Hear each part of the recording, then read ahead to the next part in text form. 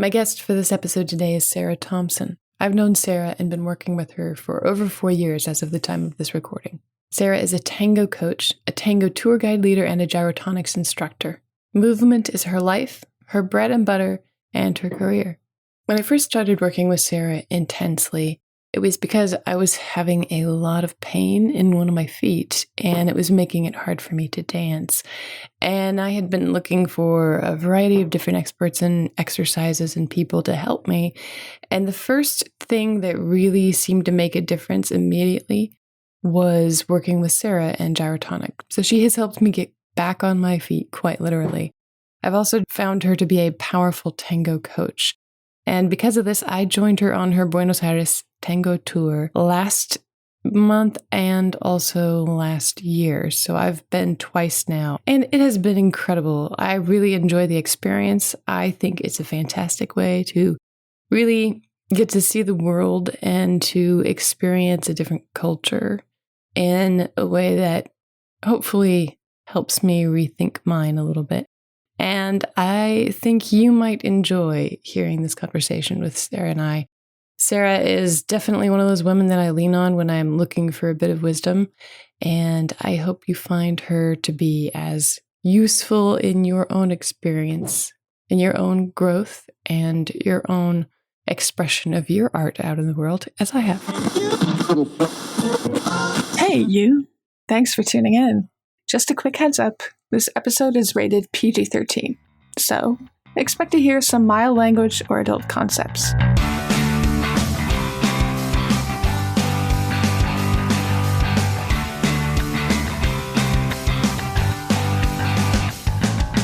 I think the idea that we were talking about last time of the cultural immersion is really such a juicy part in what we all learn from putting ourselves in places that we don't know the rules, and that we have to learn new rules and challenge our belief systems. And I think that is the juiciest part for me, that gives it so much aliveness. Cool. Okay. Do you have some specific examples you can talk about from your experiences too? Like a story to make it live and real for people? Yeah, I'm sure I have many. I think the realization that time is a different quantity in Argentina, I think was a huge, profound release for me in life. Going to Salon Canning on Tuesday nights to take classes with Julio and Karina, showing up on time, worried about being on time, of course, coming from ballet. That's always a big issue. Ballet is punctual. Right. Your hair up, your leotard on, warmed up before class starts. And it was, and that's a great skill as well to have, but it can lead to a lot of stress, our attachment to time.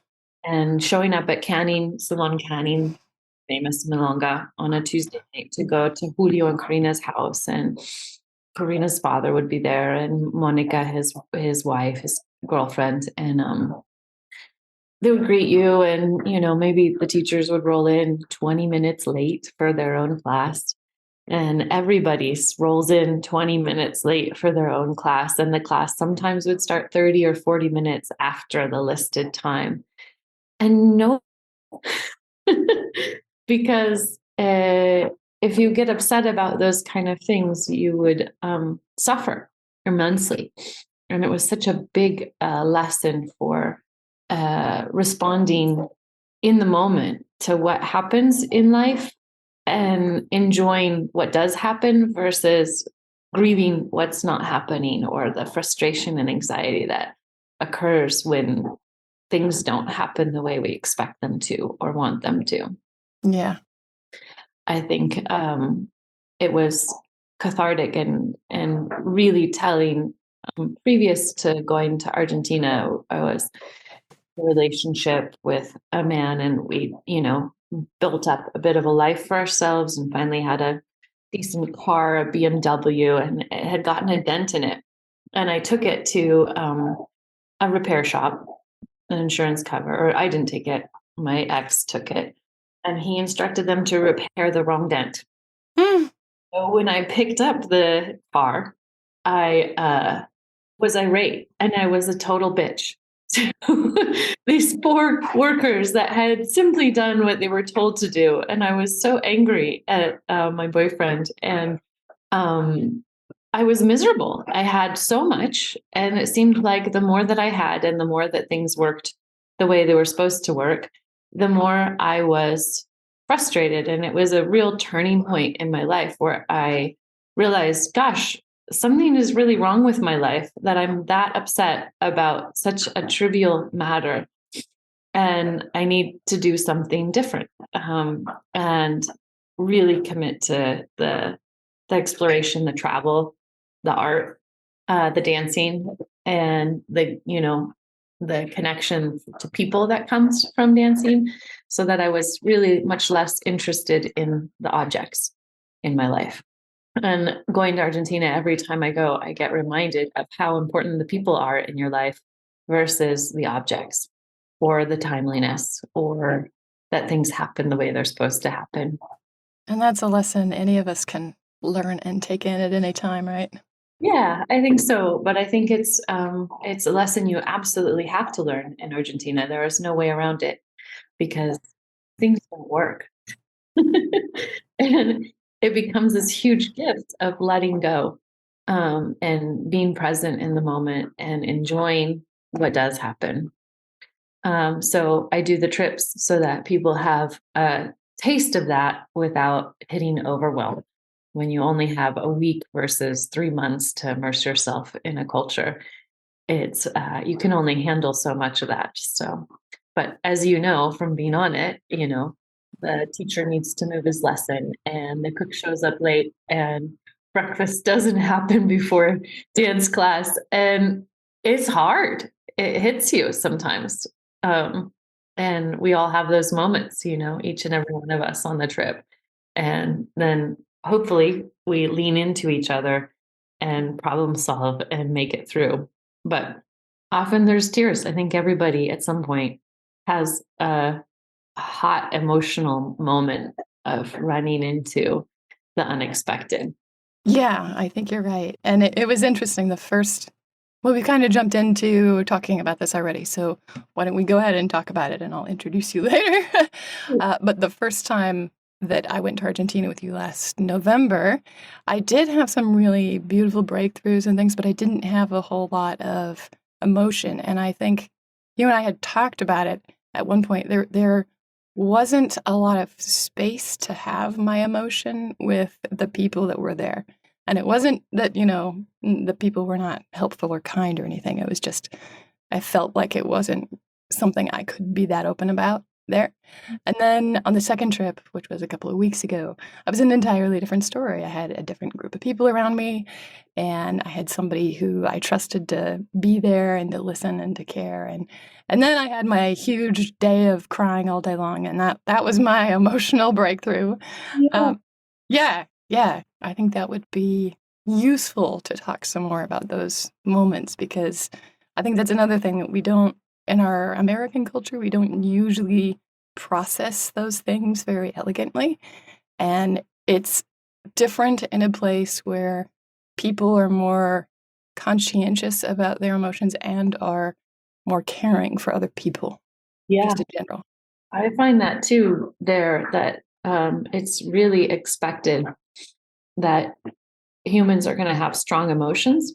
And I find there's less discomfort with that. In the States, I think when there's a strong emotion, it goes right to blame and frustration, because all of for me, the really juicy territory of all the sadness or grief or longing, all the articulation around emotions is not held very patiently. And so people jump right to solutions or judgments or um, uh, strategies, right? Not giving time to just having the feelings. And in Argentina, and especially in tango, one of the things that I enjoy in my conversations with tango dancers is they'll say things like, it's normal to feel that way. It's normal to have this happen. Of course, it's the most normal thing. And I don't hear that here of like, oh, it's normal to be sad. It's so normal to be upset and to be frustrated with the dancing. It's normal to get tired and need to rest. It happens, of course. We're in Argentina. You're going to need to rest. Instead of powering through or moving on to the next thing, more of a tenderness with life.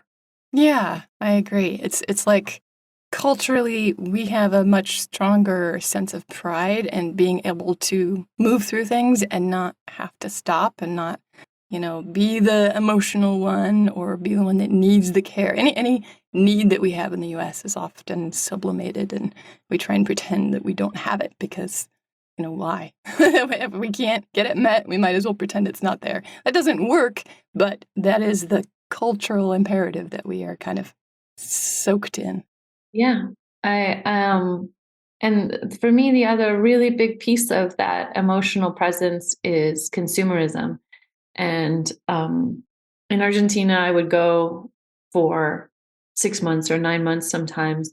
And I would come back to the States and I would realize that I hadn't bought anything for 9 months. Not one single thing except for food. I hadn't bought any clothes, any new products, any objects, any decorations.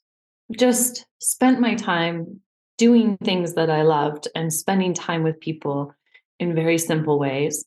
And I would come back, or, one of the best examples, I bring a lot of artists to the States, and I would take them to, say, Whole Foods or PCC, and they would just wander around for hours, marveling at all the options and the choices, picking things up off the shelves and just reading them, and then putting them back and picking up the other product and just reading them and trying to understand what it is like to live with an insane amount of consumer choices. And I feel like that is the big line in the sand in the politics and some of the practices and the cultural ceremony of tango, is that what we really need as humans is to be held and to hold each other. And the tango is that.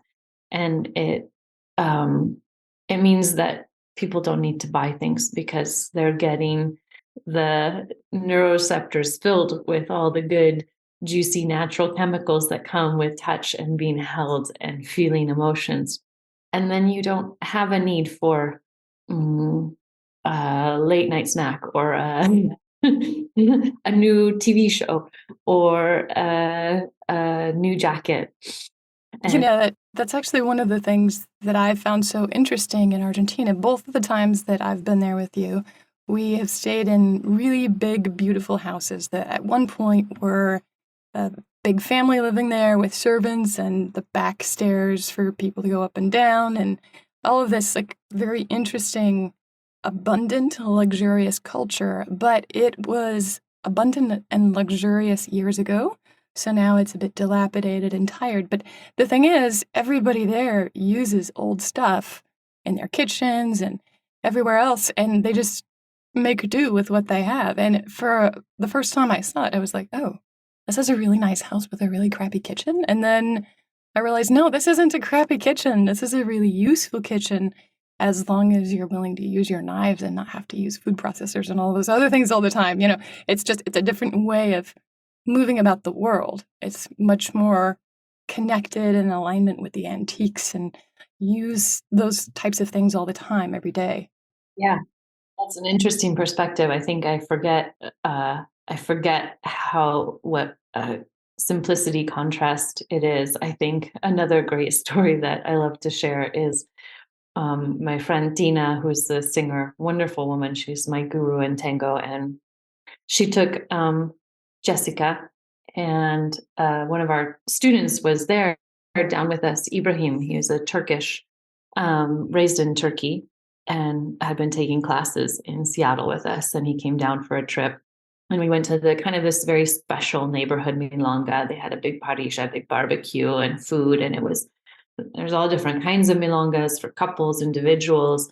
This one was for groups of friends. And so it had big, long tables and big groups of friends around a table, and people sit all night and talk and have a little beer and have some meat and really spend time.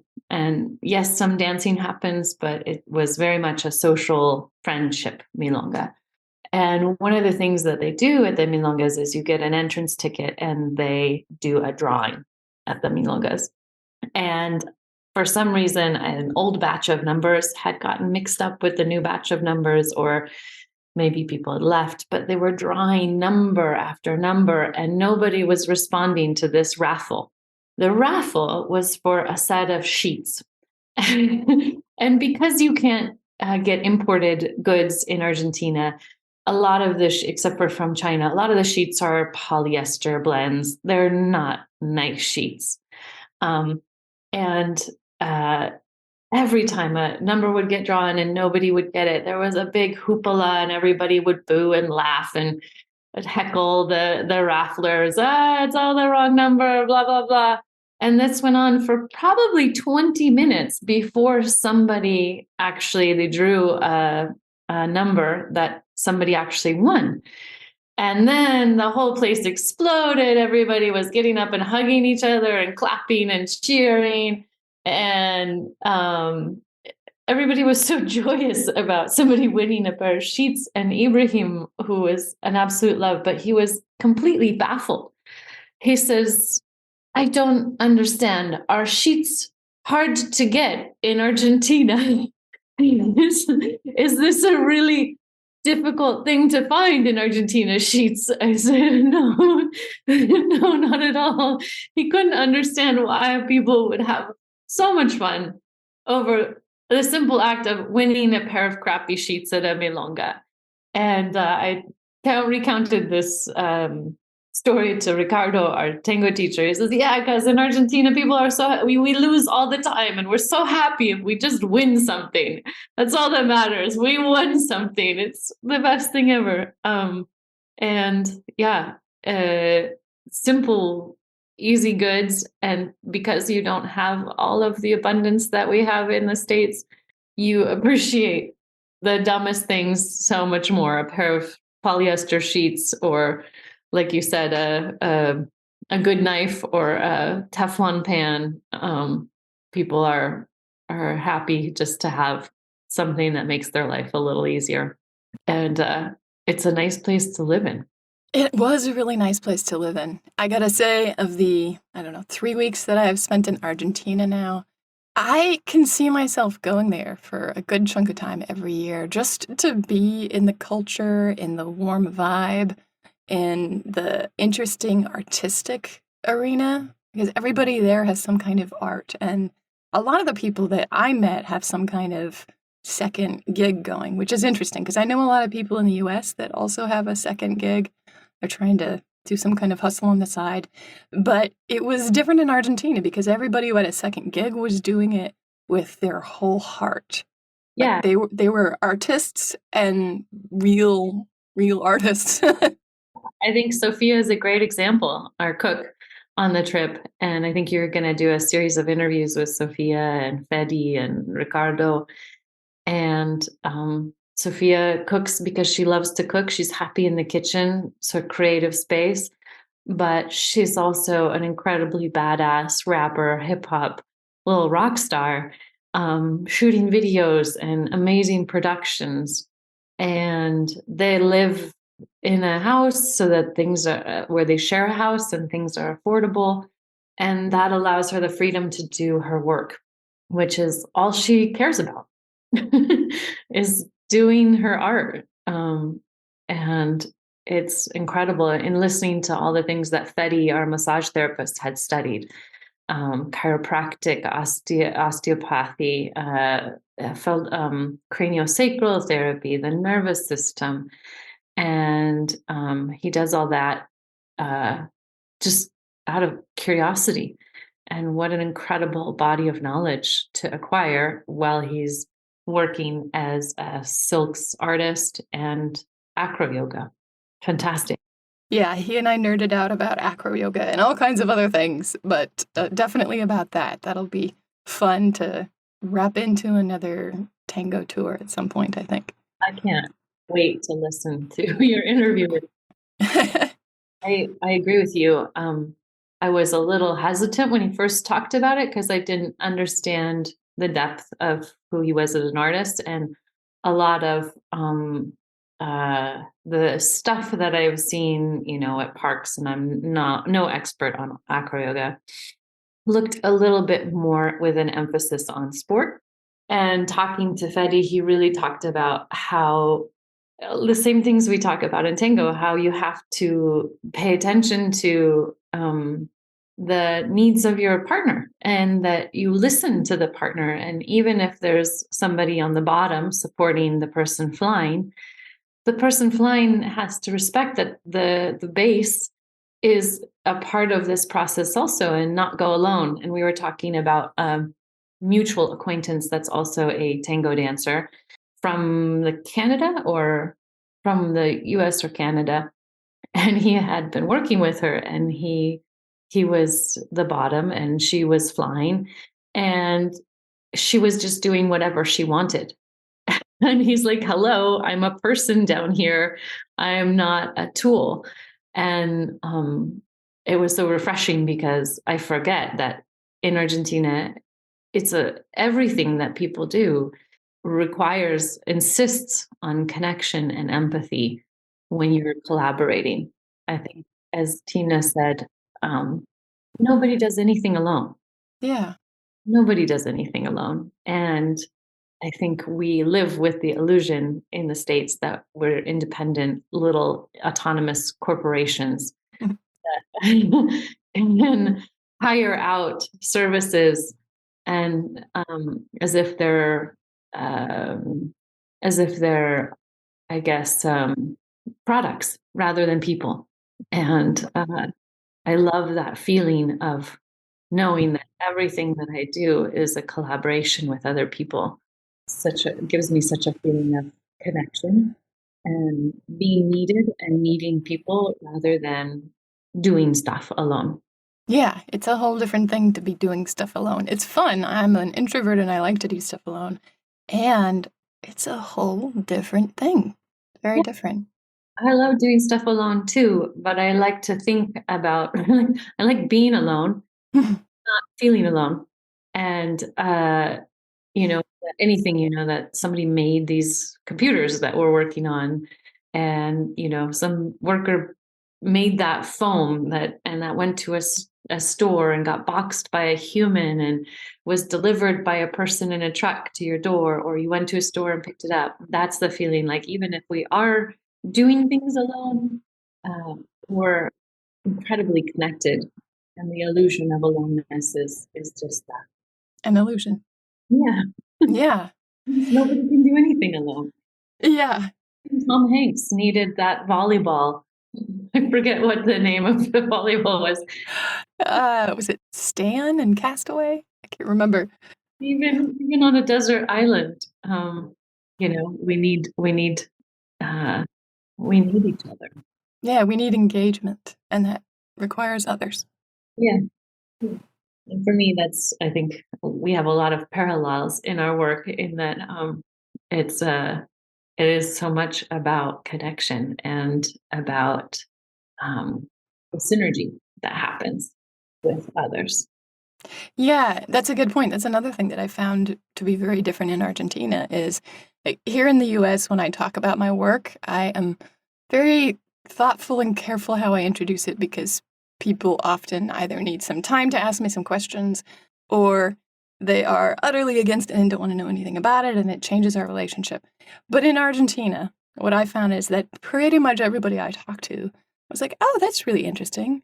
And then they'd start talking again, and they'd be like, oh, I actually have a friend who's in that line of work, or someone I used to date was doing that, and this is what they'd come up with. And so it started a whole different kind of conversation, but it also seems to be held socially in a very different way. It's not this degrading thing necessarily, but it is something that has a lot more openness in the culture, I think.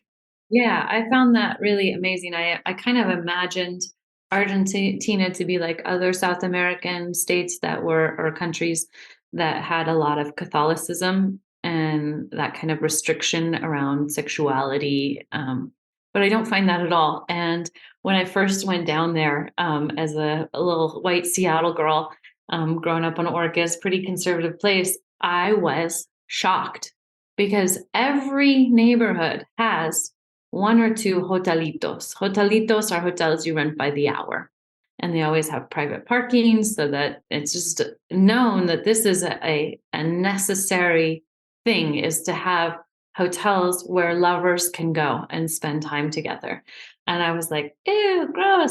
Yuck. And then because although I'm not religious, I was raised with some puritanical influence.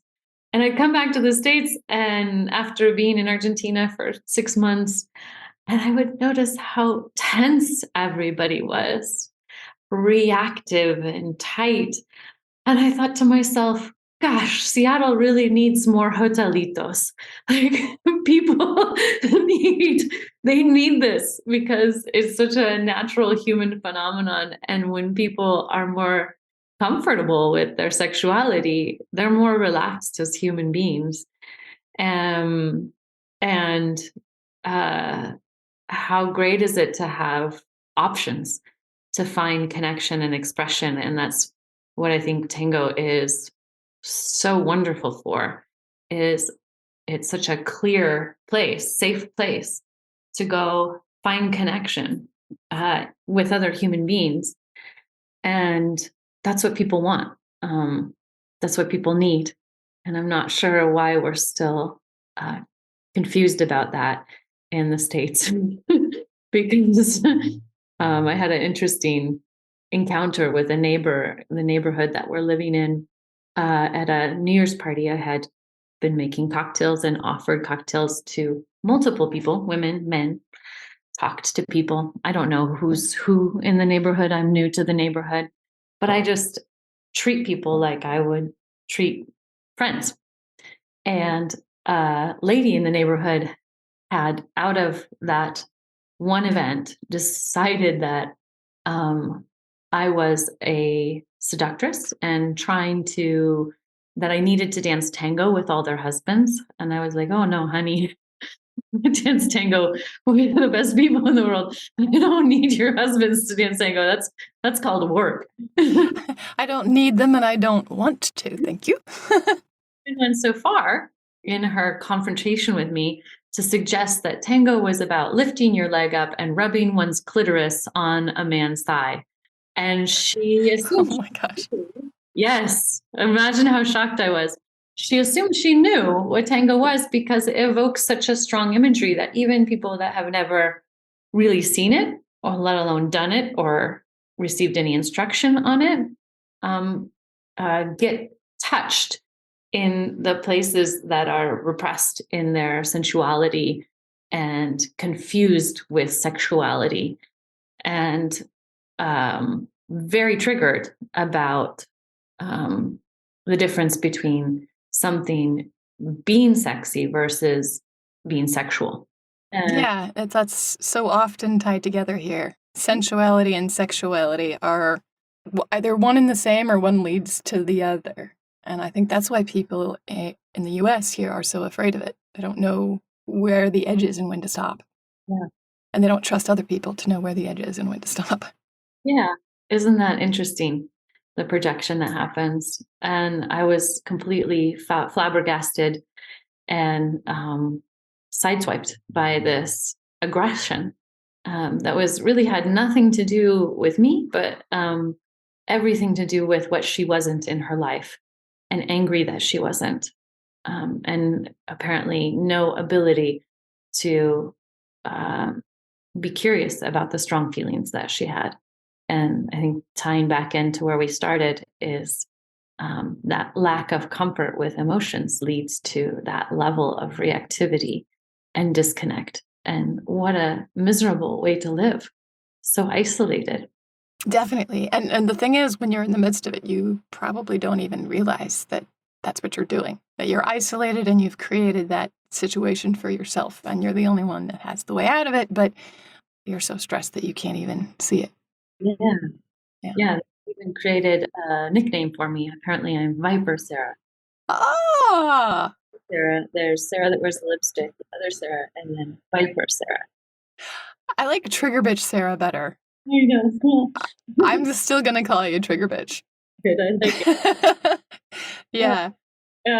So, wow, what a lonely place to be in emotionally.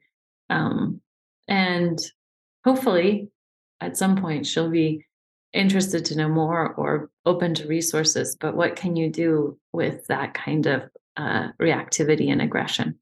I don't know. It'll be an interesting thing to unravel or not. Yeah. And I would be interested in talking and brainstorming with you about that too, because I think you and I have a lot of similarities in that people are often afraid of us at first and afraid of what we bring into their world and wanting to push us away and be like, no. This is not for me. Get the fuck out. I don't want to have anything to do with your sensuality. And you bring too much sex into the room. I can't have you here. Yeah. And I'm not sure why that is still like a hidden thing, that we're biological creatures that reproduce, and sex is the only way that actually happens. And yet it's so, we have a huge amount of discomfort with it. Or over sexualizing things in the States. I think that it's the other piece. Yeah. Or what to do with it at this point. Maybe that's why we have such a hard time realizing when to stop and trusting other people to know when to stop. Yeah, that trust in humanity. Also, just being able to, the comfort to be able to say boundaries without judgments. I think Betty and I had a great conversation during one of the massage sessions. He said, it's so weird in your country that people will stand around and listen to somebody talking for 20 minutes just to be polite. And he described a situation, a conversation that had happened with one of his friends and an American. And they were discussing something, and the Argentine said, could we stop talking about that? This is boring. And it's boring what we're talking about. And the American thought, oh my gosh, this person doesn't like me. They don't, I can't believe that they would say that. And then later, the Argentine invited the person to go smoke some pot, I think, outside, and was quite friendly, and the conversation continued. And the American girl realized, oh, they were just actually bored and willing to say it, and it had nothing to do with their feelings about me or my value as a human. Yeah. That ties in very much so this sort of honesty that provides freedom and in the space is often breaks people's rules about politeness. I am not sure if something is covering your mic all of a sudden. The last paragraph was a little bit muffly, or maybe you just backed away or something. I'm not sure. How is it now? It's about the same. The settings. It's not a huge change. Maybe it was just an internet thing. So I just didn't want you to talk too much without good clear audio if possible. Yeah. Because I was going to bring up something interesting there. You had talked a little bit in Argentina, and this was a good example that being polite in Argentina is rude, and being rude is exactly how you know somebody is your friend. Yeah, is sincere. Yeah.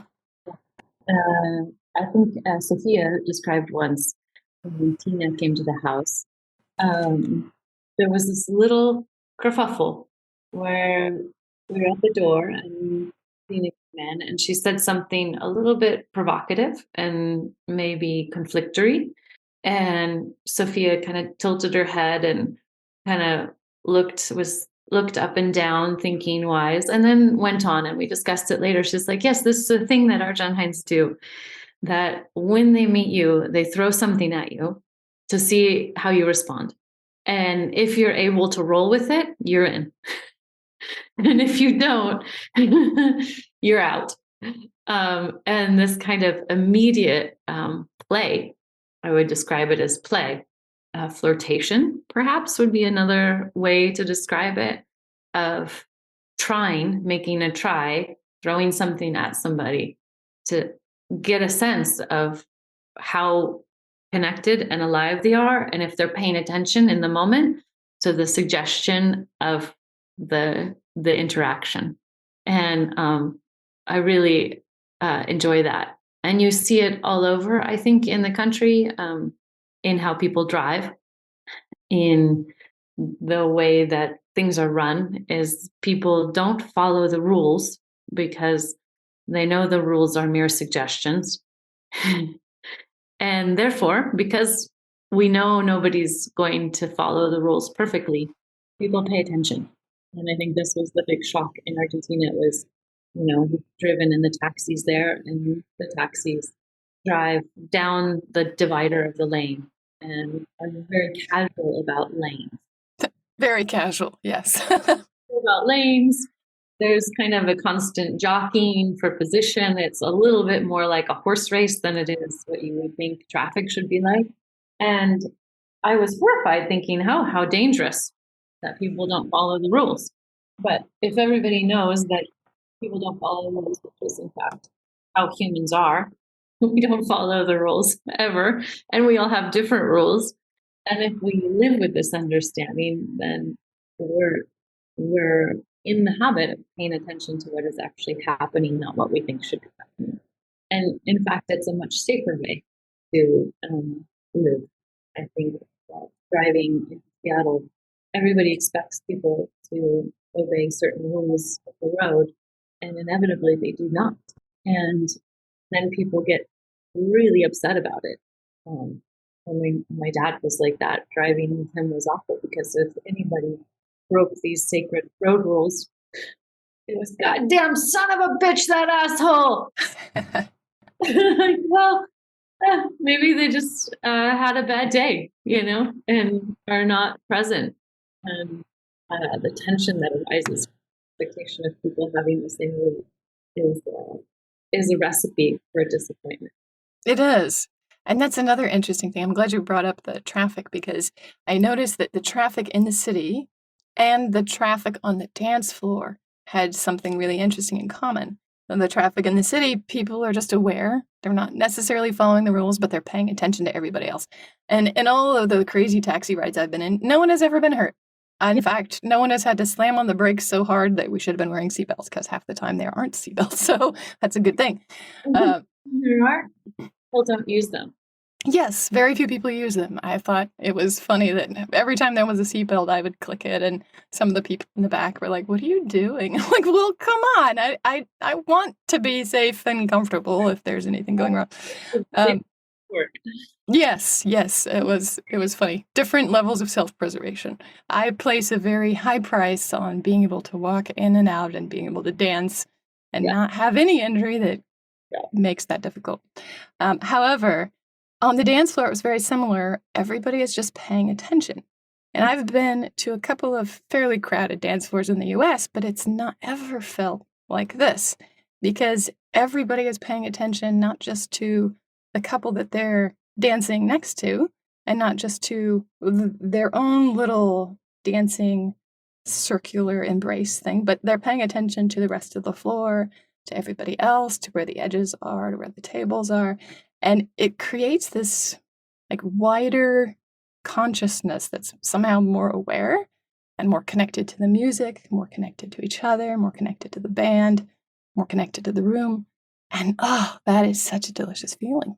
Yeah, the juiciness that you feel after a good night at a milonga in Argentina, the feeling of being connected to an entire room, and that the entire room is moving to the same music, is it's like going back to the womb, and where you feel oneness with everything. I think that's the beauty of transcendental experiences and psychotropics, which are now gaining a lot of traction in a therapeutic capacity. And, a lot of the work that was done pre drug war, pre 60s, at which point they decided that psychotropics were a bad idea for a productive society, because when people feel connected to nature, part of a oneness, there's a lot less stress, anxiety, fear, and drive to do unnecessary things because you feel connected. And for me, that is the sensation that happens. The classic milonga that's no longer around was Niño Bien. And this was the quintessential expression of that, in that if you were to go in and put soundproof earmuffs on and watch the floor, you would see the music in the floor, meaning that the whole room was pulsating and dancing in such a way that the music was clear through the whole floor. And in contrast, when I go to milongas in the States, if I were to do that same thing, I would imagine that it was a silent milonga and that everybody had their own earphones on and that everybody might be dancing to a different song. And this is very indicative of our culture of individualism, and nothing wrong with that. I think it's all very fascinating, but we can't really change our mammalian nature, and that we are, in fact, tribal creatures, and that we have a very physical, biological need for being connected to another group of mammals, other mammals in a group. And yeah, that's a beautiful point, that all the codes in the milonga are just to facilitate that. There was a lot of pushback from people in the States that didn't know the language, hadn't been to Argentina, didn't know the culture, and they interpreted a lot of the codes and the cabeceo and the rules of the milonga as some sort of machismo or sexist or authoritarian type of activity. And it really has nothing to do with that. And it was interesting to watch people that in academics and tango, but were not fluent in the language or the culture, try and shove their belief systems into a cultural phenomenon like tango that had nothing to do with what tango was, and to watch that pushback on something people didn't even understand. And I found that fascinating, that not only did they not bother to go and be curious about the culture and the language, but that they were completely resistant to hearing viewpoints that weren't theirs. Yeah, I've heard that about the cabeceo too, about the machoism and how it's very men focused, and I completely disagree. And I know you do too, but I disagree because I cabeceo people all the time in the United States, in Argentina. It looks a little bit different, but it's still catching someone's eye and nudging them to go and dance. It's really not that different at all, and I still choose who I want to dance with. So. Yeah. And how would you describe that sensation of finding the cabeceo in the milonga? What was your experience of that? I guess the sensation is a lot of curiosity, because I'm usually looking around the room, paying attention, seeing who looks like they might be fun to dance with, seeing who looks like they might be looking in my direction or heading in my direction, and just kind of assessing the vibe. Like, do I think this will be a fun match? Do I think this will be a fun song? Do I think this will be a fun tanda? And if it sparks inside me as a yes, then I will cabeceo them and say, hey, what do you think? Little nudge with my head or something. And it's not even a big deal if they say no or look away anymore. It's like, okay, next. Yeah, the attachment, the constriction, the analysis of the why is non-existent there. And I run into a lot of that conflict. We had a student there here from California, and this happened last time, as you know, on the trip, with some of the people that were there that were quite enraged at their system of communication around at the milongas, and the obligation for people to dance with you was non-existent there. And the difference for me is that in the States, you feel obliged to explain yourself if you don't want to dance. Oh, my feet hurt. Oh, I'm tired. Making up excuses, worrying about other people's feelings, basically taking responsibility for the feelings of another person, which is a losing battle. And in Argentina, it dissipates because you can't possibly, with the system of the cabeceo, you can't possibly pretend to understand what's going on with another person. So you stop worrying about it. And it's such a freedom. And all you're left with then is your own emotional responsibility.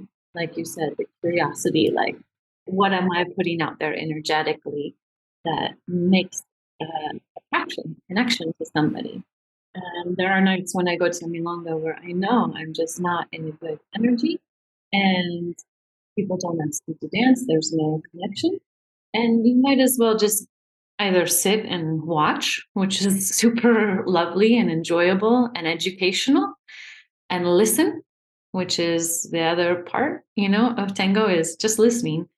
And or go home, because until you're in the place energetically that is attractive, there's really not any point, and there's nobody to blame but yourself. And I love that, because going to a milonga and having expectation that people will dance with you puts them in a position of obligation, which is antithetical to sensuality. Mm-hmm.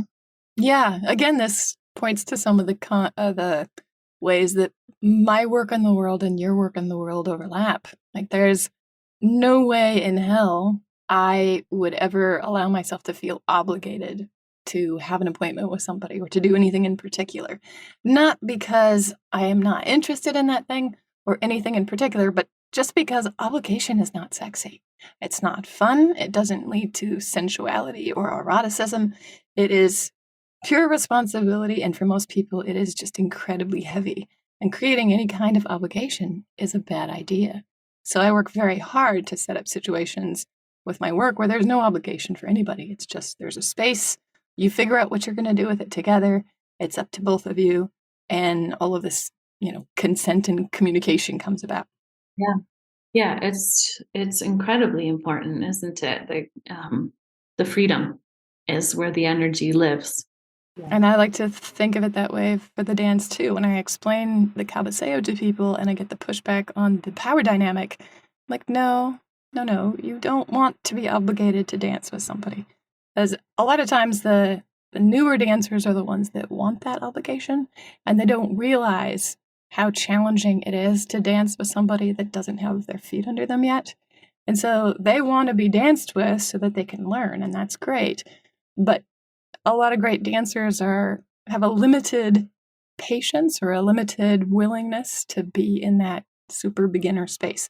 And it is lovely for good dancers to be able to help the other dancers out. It is not lovely for there to be obligation for that to happen. I think it is nice to help each other out when it's appreciated. But what I've found over the years is that, I think this is the way I would phrase it. I used to, as a dance teacher, have a lot of emphasis on learning styles, auditory, visual, right, kinesthetic, blah, blah, blah. And then come to find out, they did a study, and it really doesn't matter what people's learning styles are. If people want to learn, they will learn. And that's the number one emphasis, is that you actually have to want to do it. And I think this is super important in tango, and why there's so many people that dance and dance so well is because in order to dance, you have to want it. And it's not going to be served to you on a spoon, and people aren't going to baby you through it. You have to be hungry and want it. And the effect of that is that it stimulates strong desire in people to investigate, to really get good. And I think you'll agree the level and quantity of dancing in Argentina is unparalleled to what we see in most places, in all places in the States. And if we want that, we have to be curious about what brings that. And it's not going to be brought with the obligation. I think I had that epiphany because I was a very good girl. And I danced with every single person that ever asked me to dance for the first 10 years of my tango. Every single person I danced with that asked me to dance, because I was trained that that was the nice thing to do and the right thing to do. And after 10 years of that, I looked around, and I'd been dancing with some of the same guys for 10 years, and their dancing hadn't changed at all for years. And I thought, well, what am I doing? Like, I work really hard on my dancing. This is my profession, my passion, it's what I love. And I am trying to cultivate something that is really, really cherished by me. That is an artistic expression that is that I have a lot of reverence for. And none of these guys are having to do that themselves. And so basically, I was rewarding mediocrity.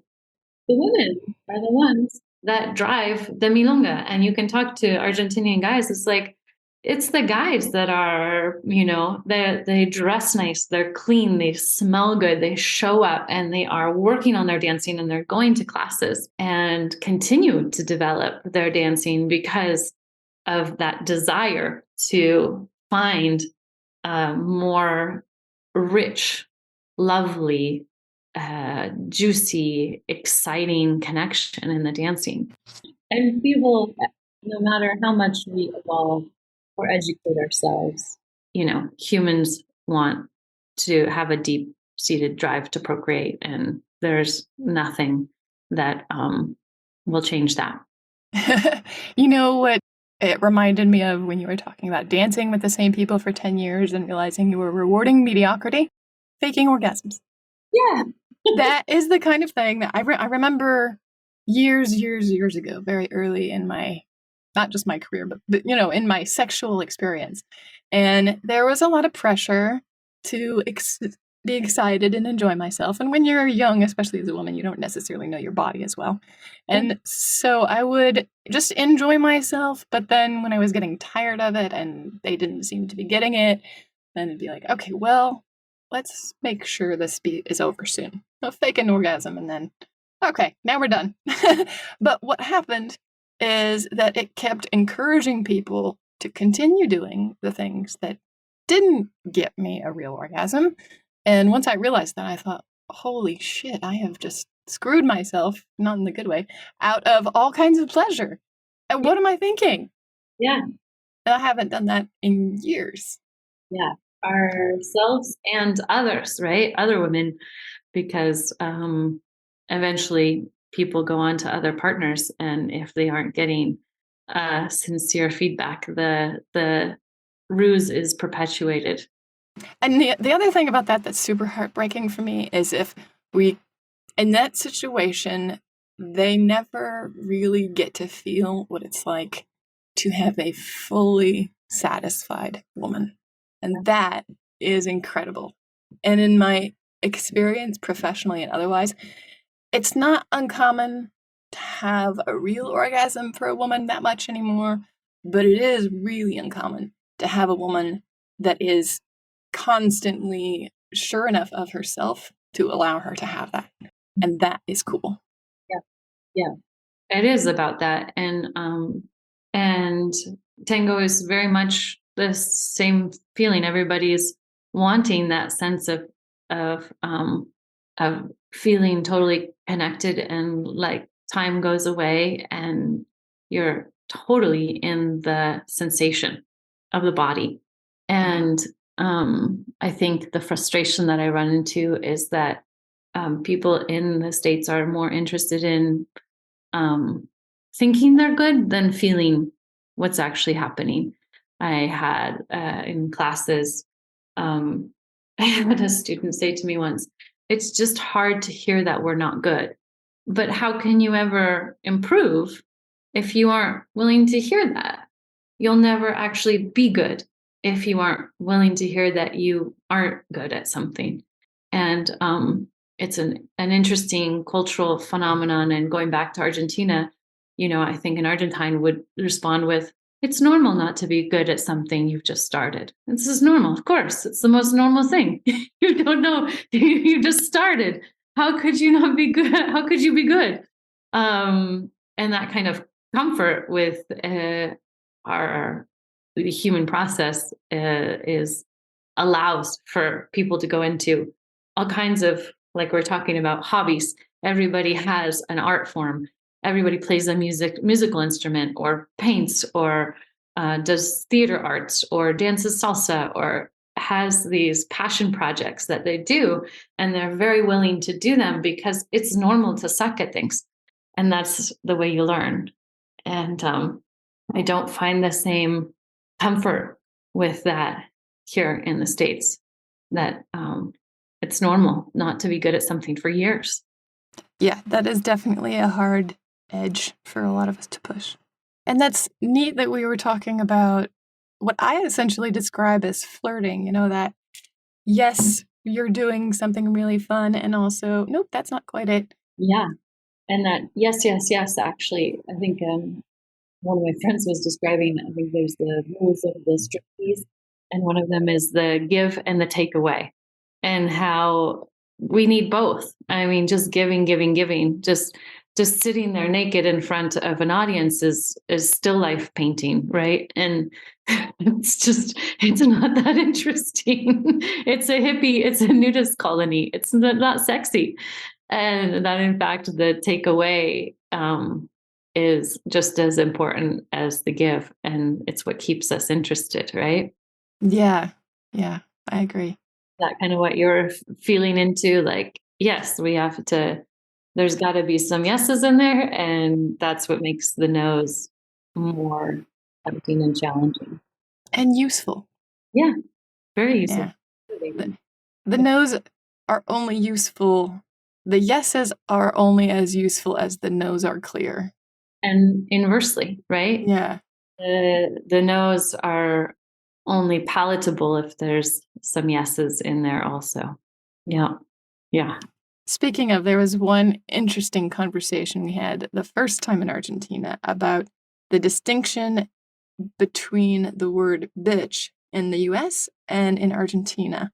Yeah.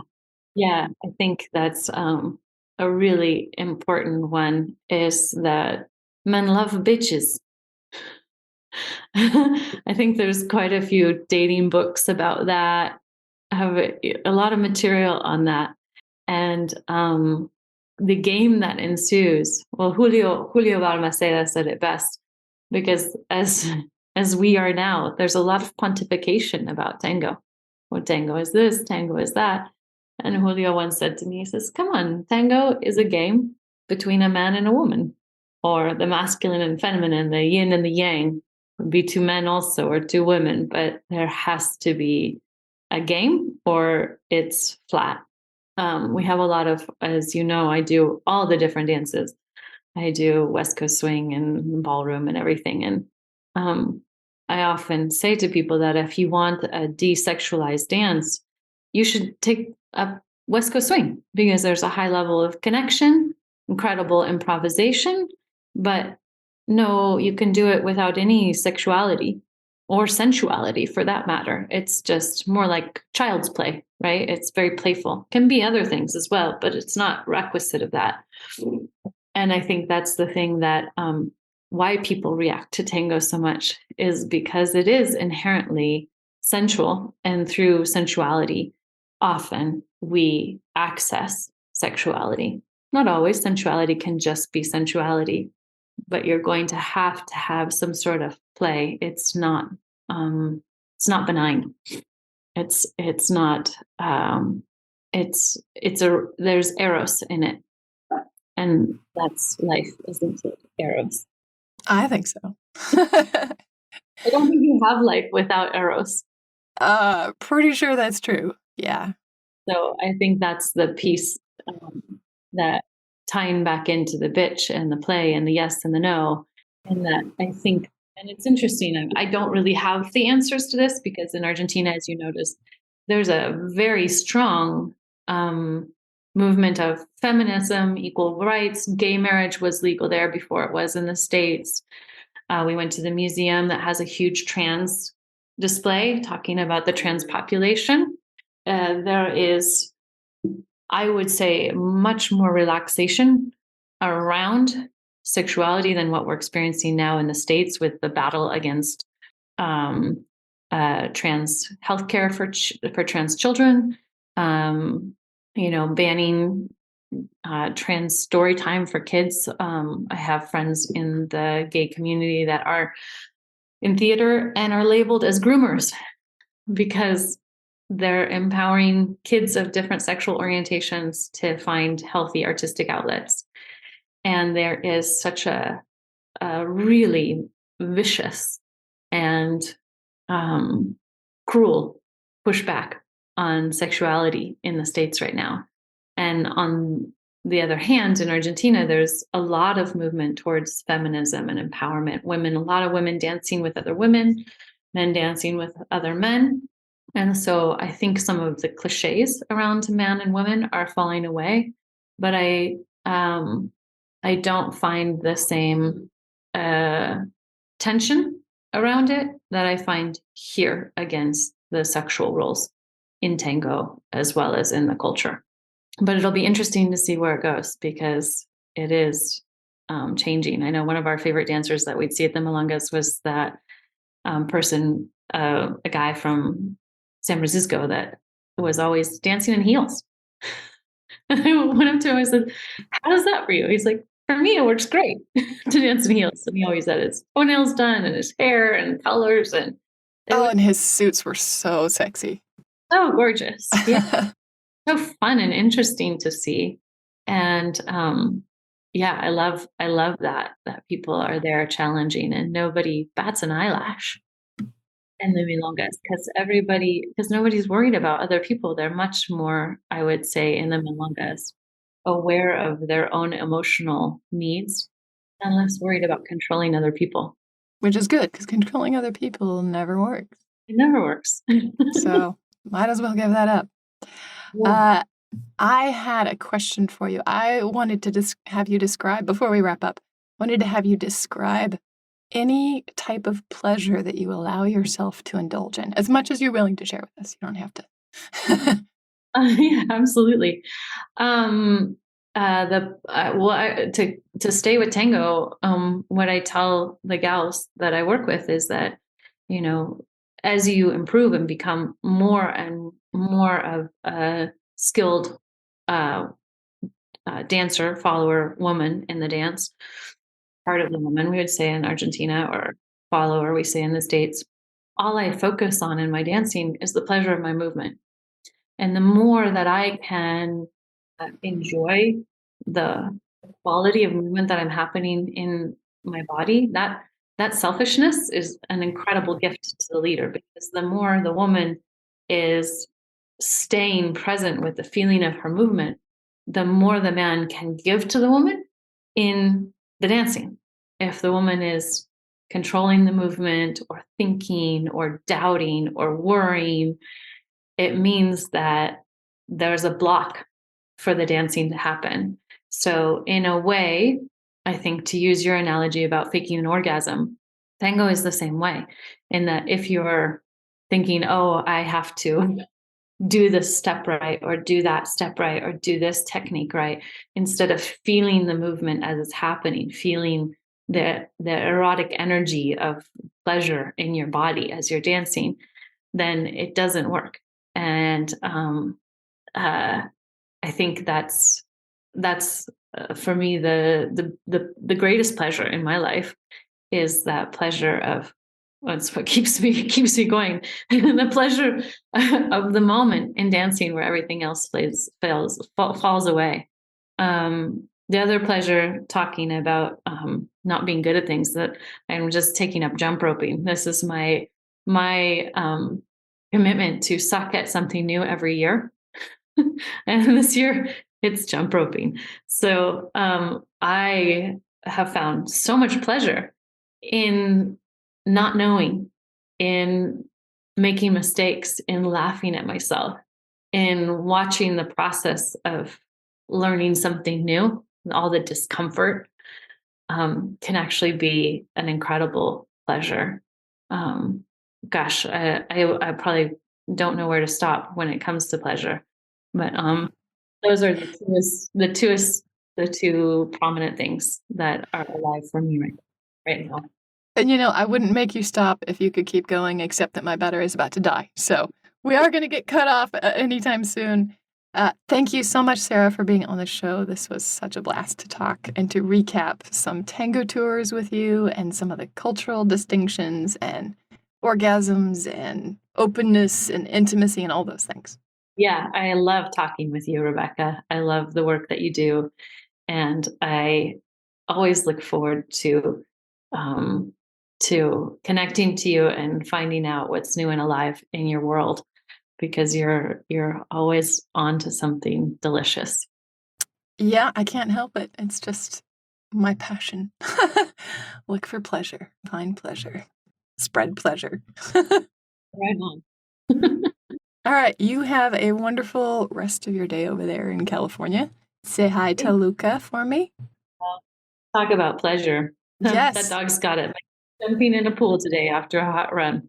Oh, that sounds wonderful. Fantastic. Talk soon. Be soon. Thank you. Sara knows that you want to be a thoughtful, playful, engaged, artistic person, loving your world and learning new ways to express yourself and to thrive. You see, the problem is that the tango lifestyle doesn't really fit very well into American ideals. Maybe your corporate work schedule doesn't fit your artistic soul's ideal day. This leaves you feeling annoyed, disconnected, and aching to be free. The boring old story that dance is a hobby to be done weekly just doesn't fit for you anymore. Sara believes that it's absolutely possible to create value in a world, and that can be done in whatever shape you want your life to be. If you are open to new things and pursue pleasure with an open heart, you will find your people. We know what it's like to try and digest all of the tango advice and the real world needs in pursuit of your authentic expression. And Sara knows who you need to meet to learn and expand in your dance at whatever speed you can handle, and to do so while balancing a full life in another hemisphere of the globe. She's been living and dancing in Argentina on and off for 20 plus years. She's fluent in Argentinian Spanish and in the ways of the world in Buenos Aires. South American time takes some time to get used to. Here's how Sara does it. Register for an upcoming Buenos Aires tango tour. The link is in the episode details. Join her and quite possibly me in the heart of the tango world for learning, collaboration, and study in a beautiful private home complete with an in-house chef, indoor pool and spa area, and daily private group tango lessons, with an expert who will take our dance deeper and deeper together. So you can stop wasting time and money getting an awkward cultural experience, replete with tourist traps, language problems, exchange rate ripoffs, and poor tango education, and find your deeply intimate expression by connecting with the people and the places that are tango's roots. Hey there, pleasure seeker. Well, that's it for today's conversation. Here at Pleasure Central Radio, we love using conscious communication, science geekery, and copious amounts of true pleasure to improve our partnerships, our money, and our love lives. And we hope you do too. If you loved what you heard here, we'd love a review. You can do this easily on podcast players like Spotify and Apple Podcasts. It only takes a couple of seconds, and it's an easy way to help more people discover the show without you having to actually bring it up with them. To hear other episodes of the podcast and get notified immediately when a new episode is released, follow me on your favorite podcast player. Find out more and get in touch at pleasurecentralradio.com.